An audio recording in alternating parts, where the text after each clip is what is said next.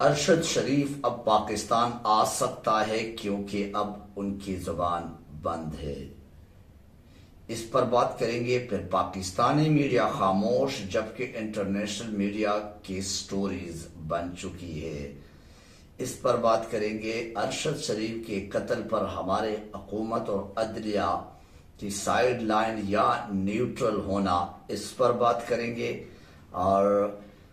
امریکہ اور دوسرے عالمی ادارے کینیا کی حکومت سے غیر جانبدارانہ انکوائری کا مطالبہ کر چکے ہیں۔ آج ارشد شریف کی جسد خاکی پہنچے گی۔ ان تمام معلومات پہ کوشش کریں گے کہ اس چھوٹے سی ولاگ میں وضاحت کے ساتھ بات کر سکوں۔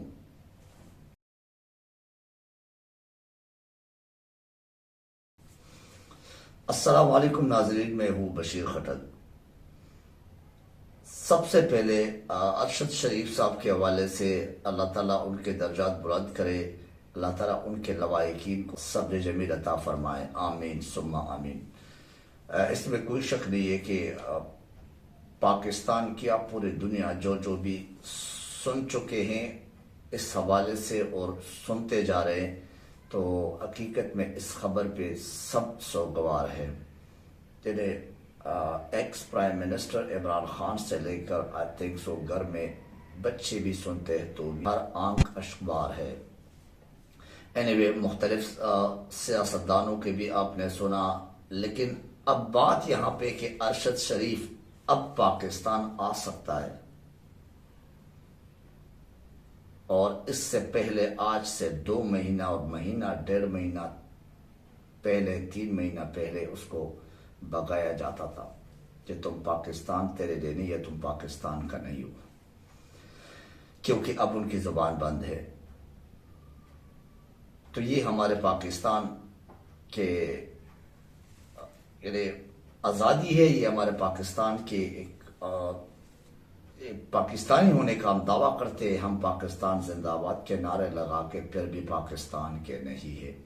پھر بھی ہمیں جس کو ہم پسند ہے تو وہ ہمیں پاکستان میں جینے دیتے، لیکن جس کو کچھ مخصوص لوگوں کی بات کر رہا ہوں ان کو اگر پسند نہیں ہے تو پھر پاکستان آپ کے لیے نہیں ہے، اور پاکستان کی سرزمین آپ کے لیے تنگ کی جاتی ہے۔ ہاں، بہرحال افسوس کے ساتھ یہ ساری باتیں وضاحتیں بہت ساری ہیں، لیکن ارشد شریف جیسے نڈر، جیسے بے باک، جیسے نہ جھکنے والا نہ بکنے والا، میرے خیال سے اگر میڈیا کے عمران خان بولا جائے کہ ارشد شریف میڈیا کا عمران خان ہے ہمارے پاکستانیوں کے لیے، اور عمران خان تھا، اور انہوں نے ایسے واقعی صحافت میں ایک ایسے مثالیں قائم کیے، صحافت میں وہ یعنی بے باک انداز میں، اور نو compromise on corruption or on such cases which is going against Pakistan. تو آپ کہہ سکتے کہ he was one of them, or he is with us still in this particular war, in this particular challenge. اس کو جب دیکھا جاتا ہے تو حقیقت میں افسوس تو ہوتا ہے کہ کیا پاکستان حق اور سچ بولنے والے، حق اور سچ کے ساتھ کھڑے ہونے والوں کے لیے نہیں ہے؟ کیا پاکستان کو واقعی بنانا ریپبلک بنایا گیا ہے اور بن چکا ہے کہ اب ہم ایک غلط کام دیکھ کر بھی اس کو غلط نہیں کہہ سکتے؟ پھر اس کے لیے ہمیں یہ نتائج اور ان نتائج سے گزرنا پڑے گا جو آج ہم دیکھ رہے ہیں۔ یہ ایک ارشد شریف کا قتل کا معاملہ نہیں ہے، موت تو آتی ہے، کسی نے آج مرنا ہے، کسی نے کل مرنا ہے، لیکن یہ جو ہوا ہے اس پروسیس، اس پروسیجر کے ساتھ ٹوٹلی اتفاق نہیں ہے۔ اینیوے پھر پاکستانی میڈیا خاموش جبکہ انٹرنیشنل میڈیا کی ذرائع ابلاغ جتنے بھی ہے، وہ CNN ہے، وہ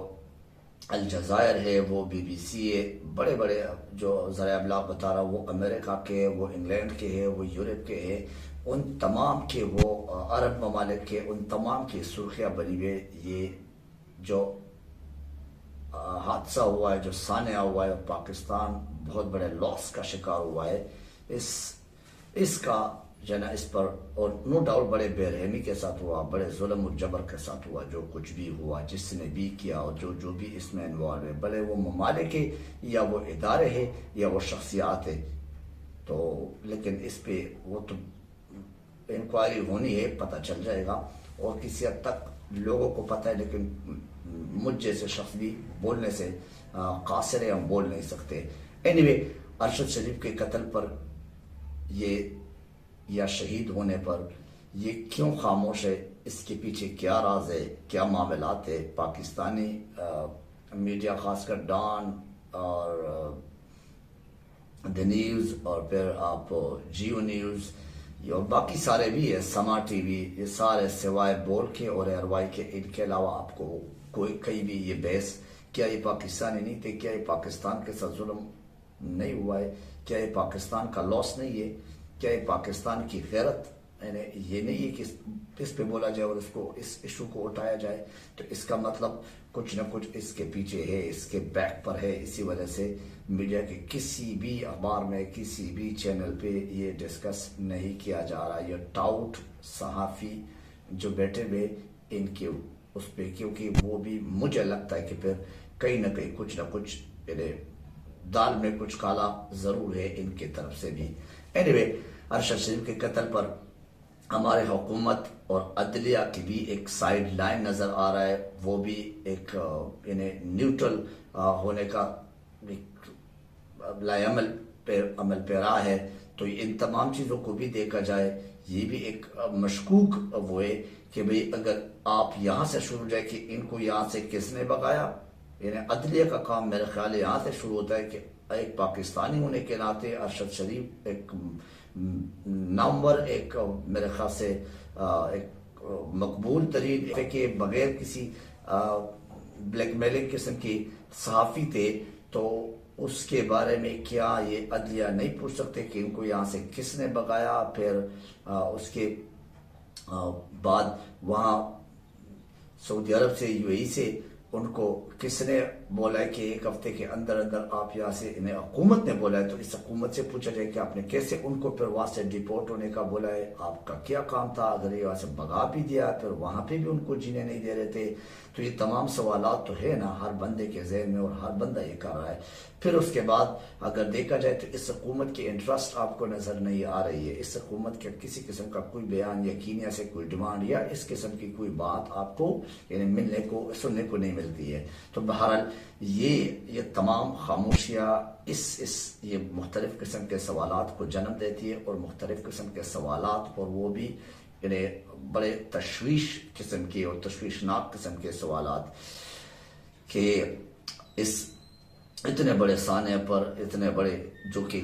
بین الاقوامی سطح پہ اتنے اٹھایا گیا ہے، امریکہ اور دوسرے عالمی ادارے کینیا کی حکومت سے غیر جانبدارانہ انکوائری کا مطالبہ کر چکے اور کر رہے ہیں،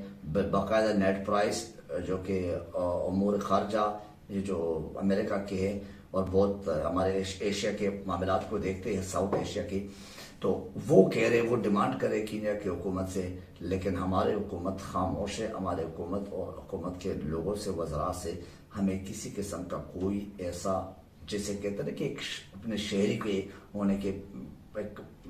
غیرت ہوتی ہے کہ ہمارے شہری ہے، پاکستانی شہری ہے دوسرے ملک میں، بھلے کسی بھی وجہ سے ہوا، وہ کینیا والے تو رنگ دیں گے، وہ تو 4 قسم کے باتیں اور بیانات تبدیل کر چکے، 4 قسم کے رنگ دے چکے جو کہ ناکام ہے، وہ میں آپ سے ڈسکس کرنے والا ہوں ابھی۔ لیکن دوحہ ایئرپورٹ پہ